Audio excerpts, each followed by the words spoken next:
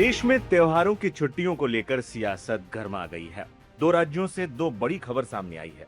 एक तरफ केरल की कांग्रेस समर्थित यूडीएफ सरकार ने मुस्लिम समुदाय को एक बड़ी सौगात दी है, तो दूसरी तरफ पश्चिम बंगाल की नई बीजेपी सरकार ने ममता बनर्जी के दौर की नीतियों को पलटकर अपना कड़ा रुख साफ कर दिया है। सबसे पहले बात केरल की। यहाँ की सरकार ने बकरीद को लेकर बड़ा प्रशासनिक कदम उठाया।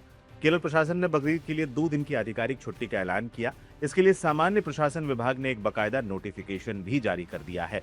नोटिफिकेशन के मुताबिक 27 मई 2026 को पहले से तय छुट्टी के बाद अब राज्य सरकार ने 28 मई 2026 को भी अतिरिक्त सार्वजनिक अवकाश घोषित किया है। यह आदेश राज्य के सभी सरकारी कार्यालयों, पीएसयू और शैक्षणिक संस्थानों में लागू होगा। कांग्रेस गठबंधन सरकार का कहना है कि यह फैसला मुस्लिम समुदाय के धार्मिक भावनाओं और त्योहार के पारंपरिक महत्व के सम्मान में लिया गया है। अब रुख करते हैं पश्चिम बंगाल का। यहाँ तस्वीर बिल्कुल उलट है। यहाँ हाल ही में सत्ता में आई बीजेपी सरकार ने एक नई लकीर खींच दी है। मुख्यमंत्री शुभेंदु अधिकारी ने ममता बनर्जी सरकार के पुराने फैसले को पलटते हुए बकरीद की छुट्टियों में बड़ी कटौती कर दी है। बंगाल सरकार ने स्पष्ट कर दिया है कि राज्य में कार्य संस्कृति को प्राथमिकता दी जाएगी। इसी नीति के तहत बकरीद की लंबी छुट्टियों को घटाकर केवल 1 दिन कर दिया गया है। इतना ही नहीं, खुले में कुर्बानी और लाउडस्पीकर के इस्तेमाल को लेकर भी बंगाल प्रशासन ने सख्त रुख अपनाया है। इस तुलना ने सोशल मीडिया पर एक वैचारिक युद्ध छेड़ दिया है, जहां एक ओर केरल सरकार के फैसले को दक्षिणपंथी यूजर वोट बैंक की राजनीति और तुष्टीकरण बता रहे हैं, वहीं दूसरी ओर केरल सरकार के समर्थक इसे भारत की धर्मनिरपेक्षता और मिलीजुली संस्कृति को बढ़ावा देने वाला कदम मान रहे हैं। दूसरी ओर पश्चिम बंगाल में बीजेपी सरकार के इस फैसले को समर्थक योगी मॉडल की तरह देख रहे हैं, जहां अनावश्यक छुट्टी को खत्म कर काम पर जोर दिया जा रहा है। 2026 की ये बकरीद प्रशासनिक और राजनीतिक तौर पर देश में एक नए विमर्श की शुरुआत कर चुकी है। एक तरफ छुट्टियों का विस्तार, दूसरी तरफ सख्ती।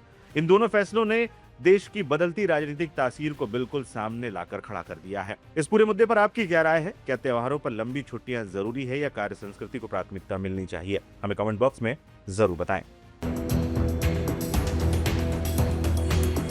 पश्चिम बंगाल की सत्ता बदलते ही तस्वीर पूरी तरह से बदल गई है। नए मुख्यमंत्री शुभेंदु अधिकारी अब पूर्ववर्ती ममता बनर्जी सरकार के फैसलों को एक एक कर पलट रहे हैं। ताजा मामला अब बकरीद की छुट्टियों से जुड़ा है। ममता सरकार ने बकरीद पर 26 और 27 मई यानी 2 दिनों की छुट्टी की घोषित की थी, लेकिन शुभेंदु सरकार ने इस पर भी अब कैंची चला दी है।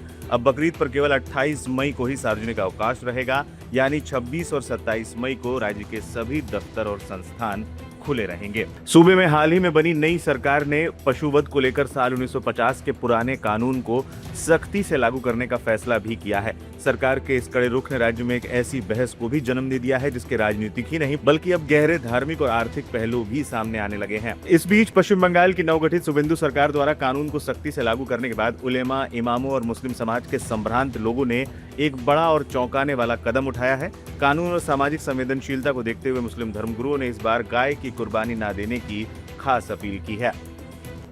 आपको बताते चलें, बदलाव केवल सरकारी कैलेंडर तक ही सीमित नहीं है। सॉल्ट लेक स्टेडियम में ममता सरकार के कार्यकाल में लगी मूर्तियों को भी हटा दिया गया है। खेल मंत्री निशित प्रमाणिक ने इस पर अपना पक्ष रखा है, जो सरकार की नई कार्यशैली का संकेत भी है। हाल ही में मुख्यमंत्री शुभेंदु अधिकारी ने पिछली सरकार पर सीधा हमला बोला था। उन्हें राज्य की बदनामी के लिए पूर्ववर्ती सरकार के भर्ती घोटालों को जिम्मेदार ठहराया था। उन्होंने कहा था कि 26,000 स्कूली नौकरियां रद्द होने से बंगाल की साख गिरी है और अब इसे सुधारने का काम किया जाएगा।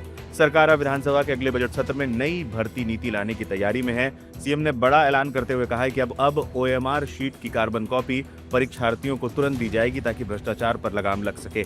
साथ ही इंटरव्यू के अंकों को न्यूनतम करने और आरक्षण के 100 बिंदु रोस्टर को सख्ती से लागू करने की बात कही गई है। मुख्यमंत्री ने अफसोस जताया है कि राज्य की भर्ती परीक्षाएं बदनाम होने के कारण रेलवे जैसी केंद्रीय संस्थाओं ने बंगाल में परीक्षा लेना बंद कर दिया था।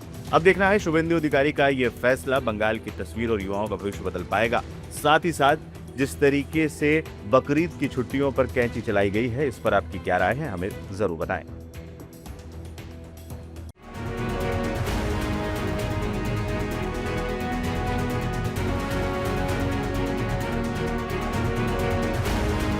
देश भर में अगले सप्ताह मनाए जाने वाले बकरीद के त्योहार से पहले राजनीतिक और सामाजिक माहौल गरमाया हुआ है। सड़कों पर सामूहिक नमाज, सार्वजनिक स्थानों पर कुर्बानी और स्वच्छता के नियमों को लेकर कई राज्यों में प्रशासन ने बहुत सख्ती दिखाई है।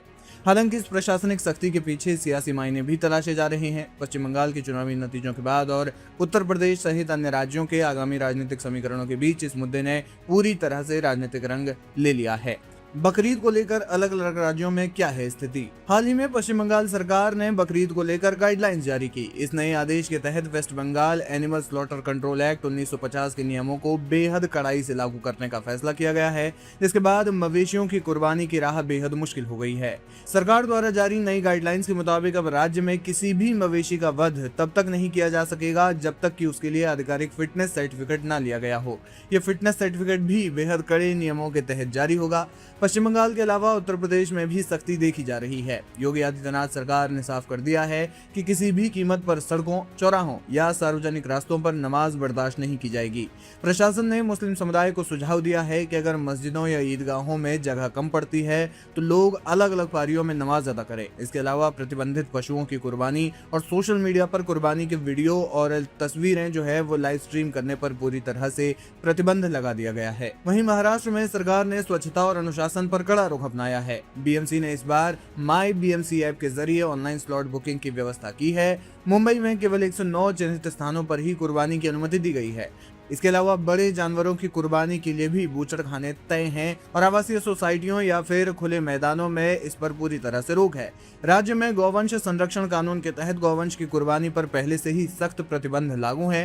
सरकार ने आदेश जारी कर कहा है कि गैर कानूनी ढंग से जानवरों की तस्करी करने वालों, बेचने और काटने वालों पर सख्त कार्रवाई की जाएगी। दिल्ली में भी सड़कों, पार्कों और फुटपाथों पर खुले में कुर्बानी देने और नमाज पढ़ने को लेकर कड़े नियम लागू किए गए हैं। दिल्ली पुलिस स्थानीय अमन कमेटियों के साथ बैठकें कर रही है ताकि ये सुनिश्चित किया जा सके कि त्योहार को शांतिपूर्ण ढंग से मनाया जा सके और किसी भी तरह की सार्वजनिक असुविधा न हो।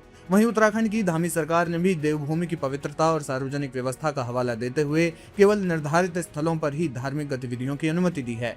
बकरीद से पहले राज्य सरकारों ने पुलिस को निर्देश दिया है कि गैर कानूनी ढंग से पशुओं की तस्करी करने वालों पर महाराष्ट्र में मकोका के तहत कड़ी कार्रवाई की जाए। फिलहाल इस मामले में सरकार और नागरिक संगठनों का तर्क है कि सड़कों पर नमाज से ट्रैफिक जाम होता है, आपातकालीन सेवाएं प्रभावित होती हैं, वहीं खुले में कुर्बानी से गंदगी फैलती है जिससे महामारियों का खतरा बढ़ता है और दूसरे समुदायों की भावनाएं भी आहत होती हैं। इस विवाद के बीच कई प्रमुख मुस्लिम संगठनों और उलेमाओं ने बेहद परिपक्व और सकारात्मक रुख अपनाया है। देश के बड़े धर्मगुरुओं ने मुस्लिम समुदाय से अपील की है कि वे देश के कानून और प्रशासनिक नियमों का पूरी तरह सम्मान करें, सड़कों को ब्लॉक ना करें और मस्जिदों के अंदर या फिर शिफ्ट में नमाज पढ़ें। कुर्बानी बंद जगहों पर दें, खून और अपशिष्ट को खुले में या फिर नालियों में ना बहाया जाए। इसके अलावा उन्होंने निर्देश जारी किए हैं कि सोशल मीडिया पर किसी भी प्रकार के संवेदनशील वीडियो या फिर तस्वीरें पोस्ट न करें जिससे सामाजिक सौहार्द बिगड़े। यानी कि मुस्लिम संगठनों ने इसे लेकर बहुत सकारात्मक रुख अपनाया है। फिलहाल राज्य सरकारों के निर्देशों पर आपका क्या है कहना, हमें कमेंट सेक्शन में जाकर जरूर बताएं।